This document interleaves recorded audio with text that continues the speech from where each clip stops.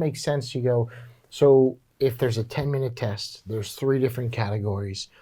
The next step, if it's herd immunity, then we've got to end the lockdown to get on with the healing part of this, which is just be around it, expose your body to it so it can identify it. And then that's the next step in this process. Is that right? That's right. And the vast majority of people are very likely not even going to have symptoms. We already saw that there's a USC LA study where they randomly tested the population, and they found, I forget the exact numbers, you can look this up if you just Google USC LA coronavirus study. It was something like 40% of the population had already been exposed, most of whom didn't even know that they were exposed. Yeah. Or maybe they had mild flu-like symptoms in December or January or something, and then they recovered like most of us do from influenza every year. Right. Now, don't get me wrong, this is a powerful and deadly and dangerous virus.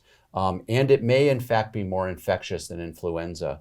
But just because of that does not mean that our reaction should be to put hundreds of thousands, if not millions of people at risk by purposely shutting down the economy of the world. I think we're doing a disservice to those folks that don't have the ability to fend for themselves, and they need food, and they're paying they're living paycheck to paycheck. Mm-hmm. They can't pay the rent. They can't put food on the table, and they're suffering greatly.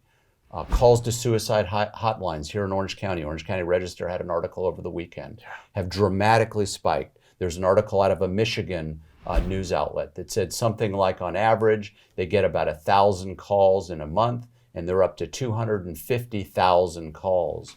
Remember, the highest suicide rate ever reported in the United States was during the Great Depression. We are now headed towards depression-level unemployment, and we expect to see suicide rates and all kinds of other mental health problems skyrocket. Not to mention that in addition to shutting down our economy, we've shut down elective medical procedures.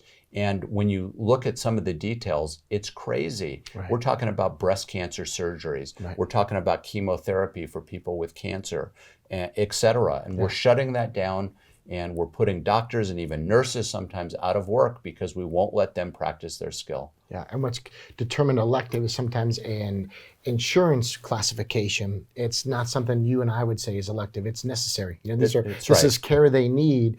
Elective is sometimes means it's outside the insurance coverage, so insurance isn't going to cover it. Their lingo is that's elective for the patient. You and I would say, no, these are essential things that just aren't going to be covered. So the labeling's a little bit off. You mentioned the USC study. I saw that. The numbers are way down from what they anticipated. I think there was an epidemiologist from Stanford that had a similar report. When we start to look at the facts, they just don't play out to continue this lockdown, to continue keeping children inside, because I think they've been the most resilient in this. Something crazy like 1 in 4 common colds for kids actually has been the China virus, or some version of coronavirus. Yeah. And so if the next step is herd immunity, then we just need to get on with the show. We've got to get on with the show.